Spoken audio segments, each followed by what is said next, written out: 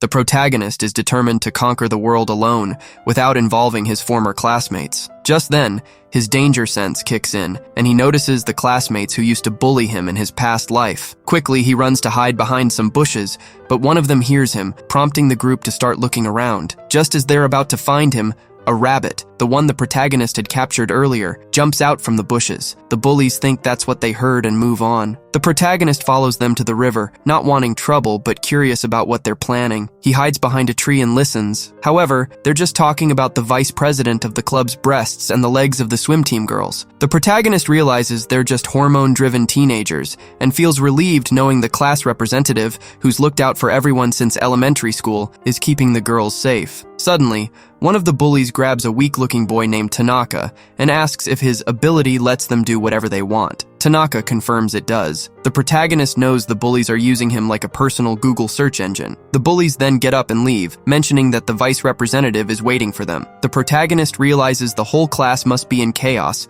and feels validated in continuing his journey alone. He heads back to his camp and discovers his solitary level has increased by 1 point. He assumes it's because he successfully avoided his classmates. Then he begins to ponder some of his other skills, like Master of Nothing and Wooden Puppet. He figures Master of Nothing allows him to multitask, even if he can't focus on just one thing, while Wooden Puppet probably makes him a puppet, his worst skill by far. Putting these thoughts aside, he eats dinner, once again lamenting the lack of meat, wishing he at least had some fish. That night, the protagonist struggles to sleep, disturbed by the sound of fighting outside. Assuming it's his classmates messing around, he goes to check, only to find a group of geeks battling goblins. The protagonist mocks their clumsy skills and wonders if he should intervene. However, his vision reveals that these geeks have better classes than his and are at a decent level. He realizes it's because they don't have to carry someone like him and have had the chance to acquire useful items. He recalls how his class was filled with athletes, idle children, and famous people, and he always questioned why someone like him was there. Now he understands that the geeks are experts in isekai worlds, so they're better off. Suddenly, his danger sense activates again, and he notices 2 goblins sneaking up on the geeks. Knowing they'll be ambushed, the protagonist jumps in and knocks out the goblins with his stick. The geeks defeat the rest and are surprised to see their former classmate. They thank him for his help, and the protagonist leads them back to his cave, now furnished with a door, more space, and even some basic furniture. His classmates are amazed by his setup. The protagonist humbly explains that it's thanks to a little earth magic that he was able to tidy things up. Curious, he asks what they were doing wandering around at night. Embarrassed, the geeks admit they were fleeing the class. They explain that when they first arrived in the new world, most of the class fell into despair, crying and panicking in the face of the unknown. Only they, the isekai experts, kept calm and immediately analyzed their abilities, but the bullies began threatening them to spill everything they knew about the world. The class representative tried to restore order, asking for silence to avoid attracting unwanted attention. But then goblins attacked, and the representative froze in fear. While the girls and bullies screamed, the geeks took charge, knowing goblins were easy prey. Once the situation was under control, the athletes stepped in to help. After the battle, the representative moved everyone to a more visible area to avoid further ambushes, and the geeks helped set up camp. Things were going well until the boys started complaining about their assigned tasks, refusing to work, and everything fell apart. From that point on, only the representative, the geeks, and a few other students continued to work, while the rest lazed around. The geeks also took responsibility for fighting off goblins. What concerned the geeks most was that several of the bullies had chosen abilities like Enchanter and Puppeteer, which could control others. The geeks began leveling up as fast as possible, preparing to face them if necessary. But they weren't the only ones thinking that way. The bullies started training too, knowing they couldn't use their powers until they reached a high enough level to dominate everyone. The geeks kept an eye on them, aware of their plan. The bullies openly discussed their harem plan, deciding which girls they would control and what they would force them to do. The protagonist couldn't believe they were dumb enough to speak out loud in an open area. The geeks reported the situation to the class representative, who decided it was time to confront them. Just as the bullies leveled up and gained access to their control abilities, the representative approached them to take action. It was like a fly caught in a spider's web, but a few seconds later, the bullies collapsed to the ground,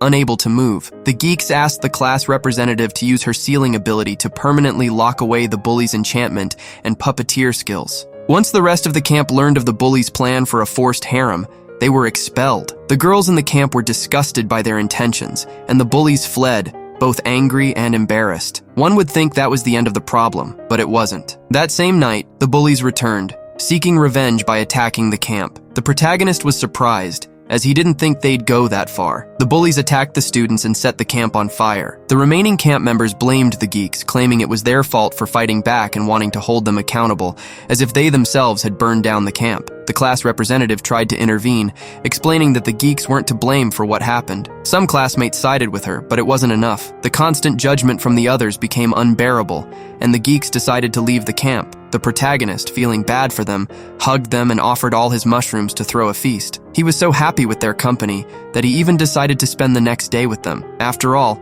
a bit of company wasn't so bad. After a heartfelt goodbye, the protagonist wished them luck and hoped they wouldn't run into the bullies again. The geeks asked if he wanted to join them as they planned to travel down the river to the city and become adventurers. They assured him that if there was any group he'd be safe with, it would be theirs. The protagonist agreed, recalling the old times when they shared books and conversations, but ultimately declined, urging them to leave. As his friends walked away, the protagonist reflected on how much he'd love to go with them to the city, but knew his poor skills and low stats would only make him a burden. He decided to check on the rest of his classmates, remembering the geeks were worried about the representative. On his way to the river, he encountered a kobold, which bit him. After a few hits with his stick, he managed to defeat it. Sore from the fight, he continued his journey and arrived at the riverbank by nightfall, where he saw the remains of the destroyed camp the geeks had mentioned. The place was deserted, so he assumed the others had moved after the attack. Following a trail crossing the river into the forest, he spotted the 3 popular girls. Nervously, he regretted coming and thought about going back home. As he turned to leave, thinking about fried chicken for dinner, one of the girls saw him and asked him to stop. Without thinking twice, the protagonist bolted, knowing they were the last thing he wanted in his peaceful, solitary life. One of them pleaded with him to stop. Surprised, the protagonist halted,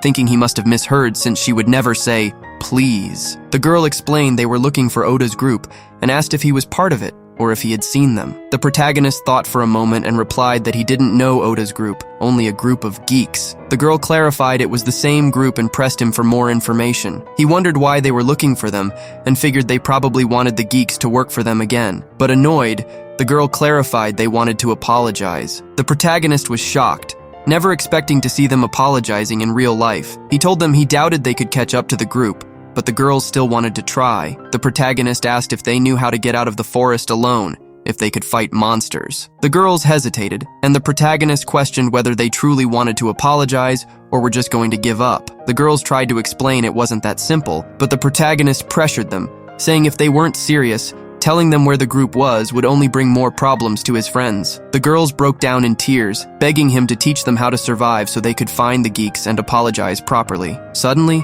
the protagonist's subjugation skill activated. When he checked his stats, he saw that the 3 girls were now listed as his disciples. He couldn't back out now. From that moment on, the girls began following him around like ducklings. The protagonist was terrified of his own ability. The girls acted like zombies, fighting enemies with a cold ruthlessness, and even enjoying extracting magic crystals from them. He was scared of them. He knew that if the class representative saw this, she would scold him, and he admitted that he was never at her level to give orders like she did. He began to wonder how he could cancel the skill. At that moment, the class representative appeared. When she saw him, she was overjoyed, but he was more focused on how to improve the mushroom potion one of the girls had just thrown at him. Frustrated, the representative yelled at him, finally getting his attention. Meanwhile, the bullies were already planning to return to the camp to retrieve the girls.